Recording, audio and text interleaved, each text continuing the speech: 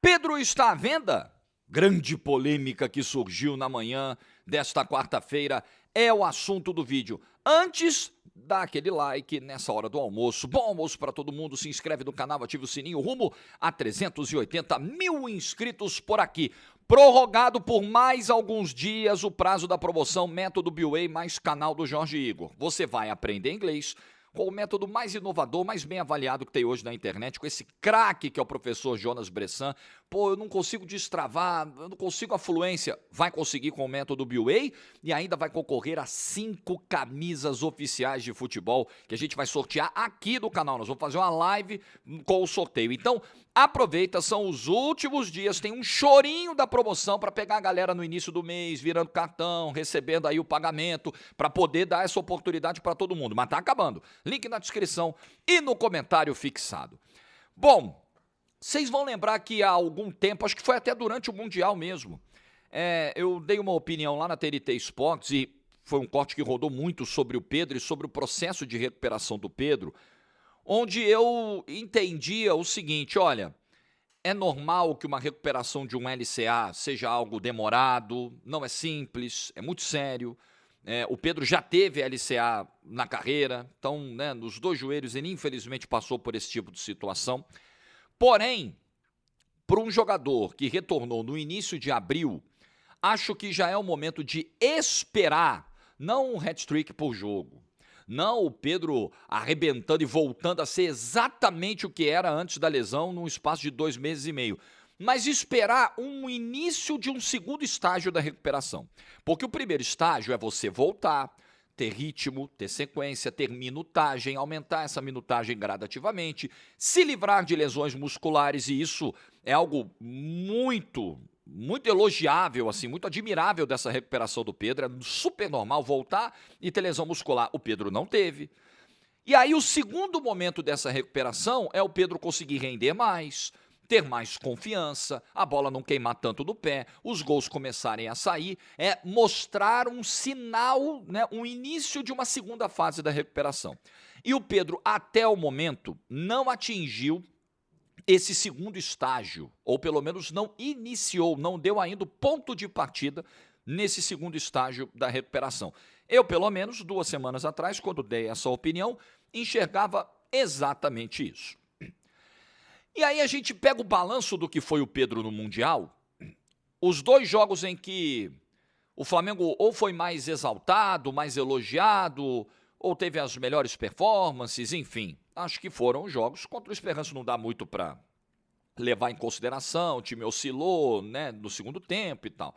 Contra o Chelsea, uma brilhante, uma excelente atuação do Flamengo no Mundial, muito elogiada pela pressão, pela intensidade, pelo ritmo que conseguiu impor durante 90 minutos.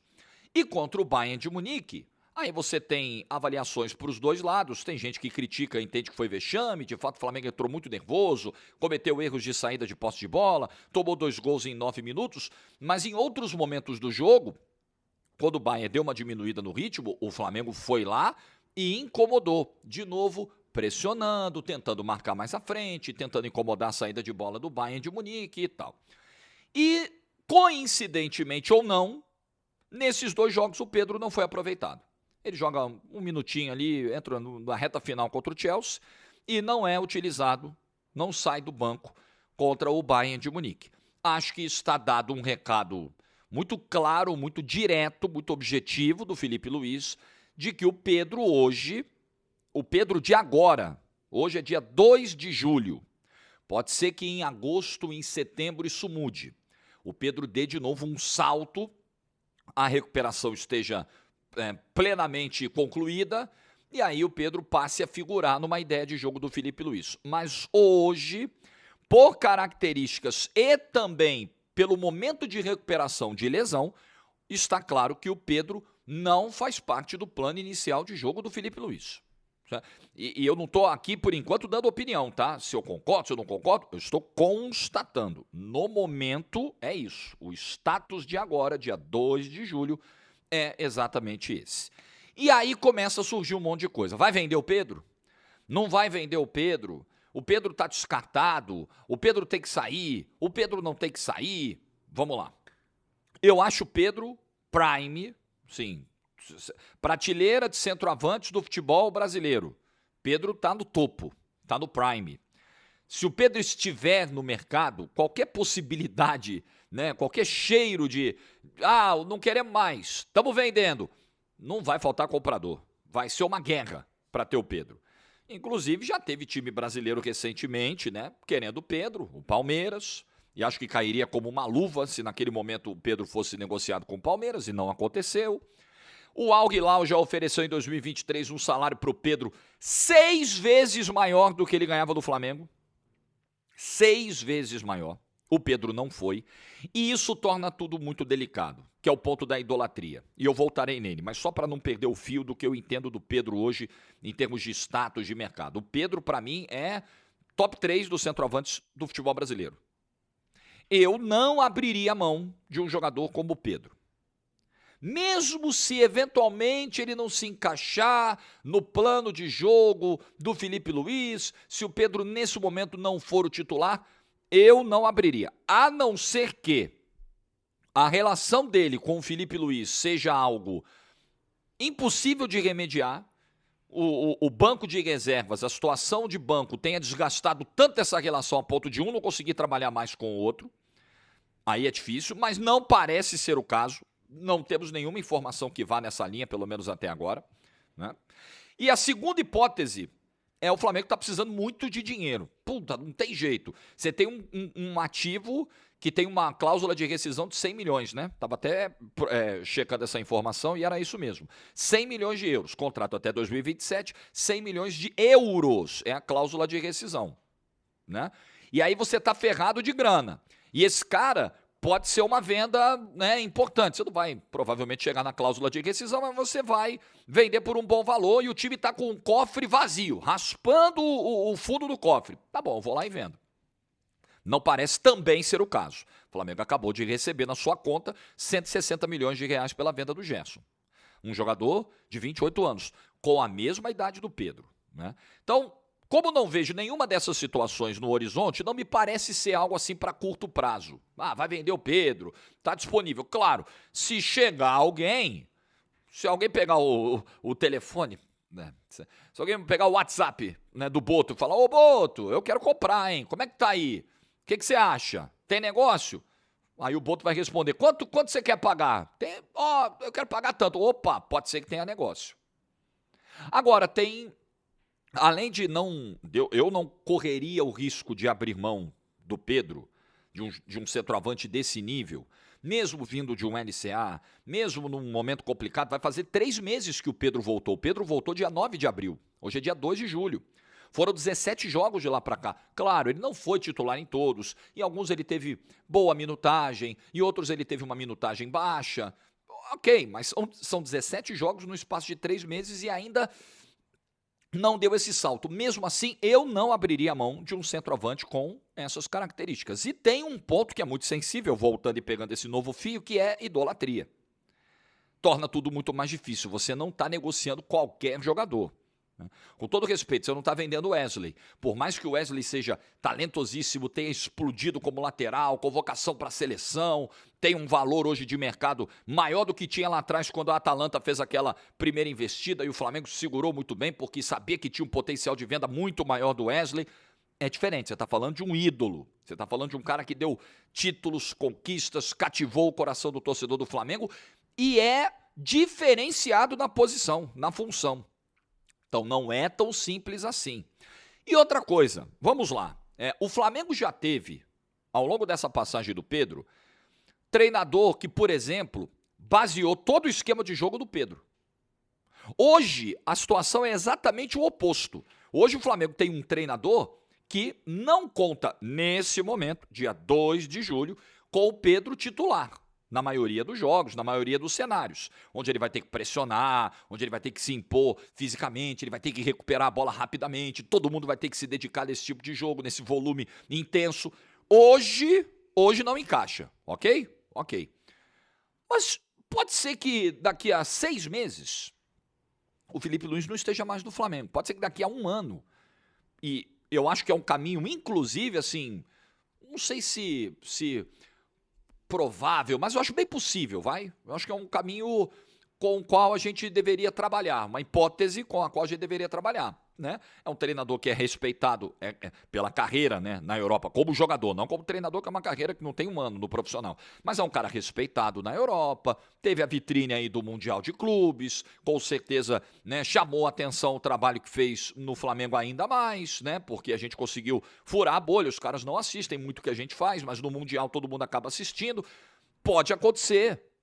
Pode acontecer, daqui a 6 meses, um ano, Felipe Luiz vai embora. E aí pode chegar um outro treinador que baseie o seu esquema de jogo no Pedro. O Pedro pode, daqui a 6 meses, estar voando de novo.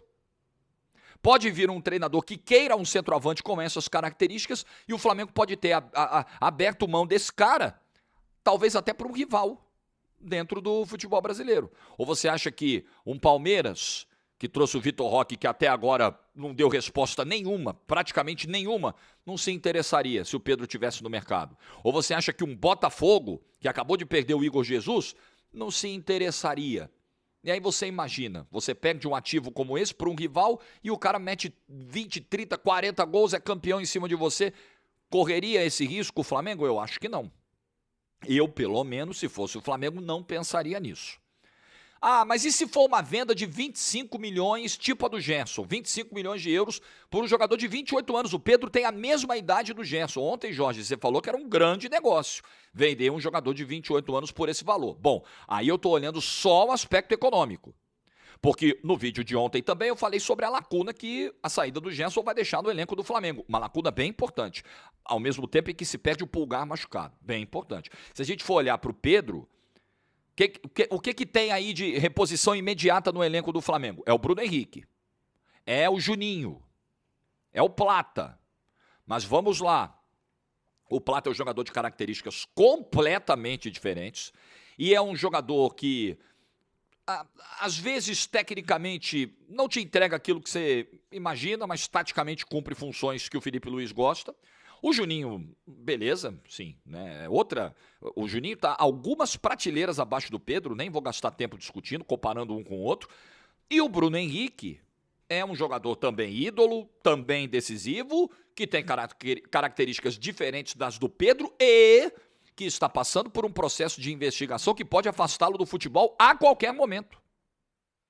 Então, perder o Pedro nesse momento também é um risco sob esse aspecto.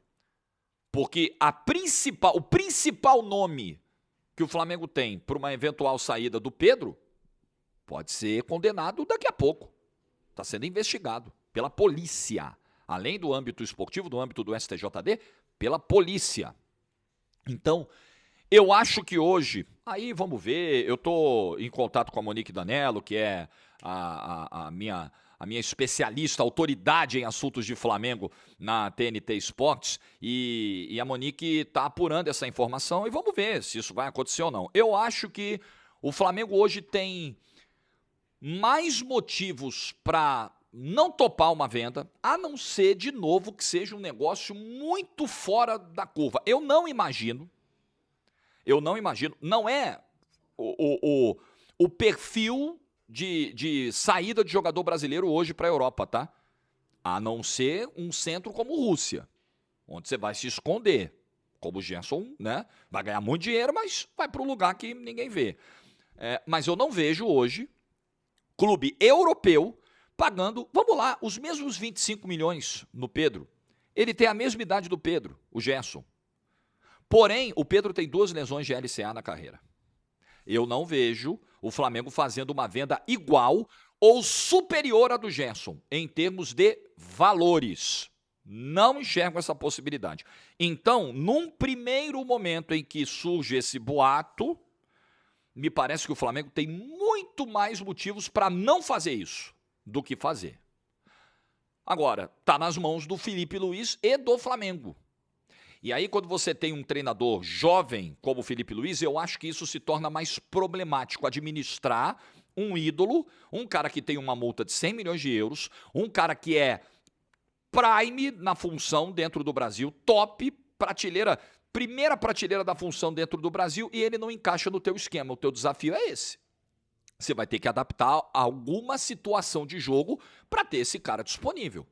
Porque ao mesmo tempo em que eu entendo que o Felipe Luiz tem uma maneira de jogar, e se essa maneira é bem sucedida, você tem que ir nela.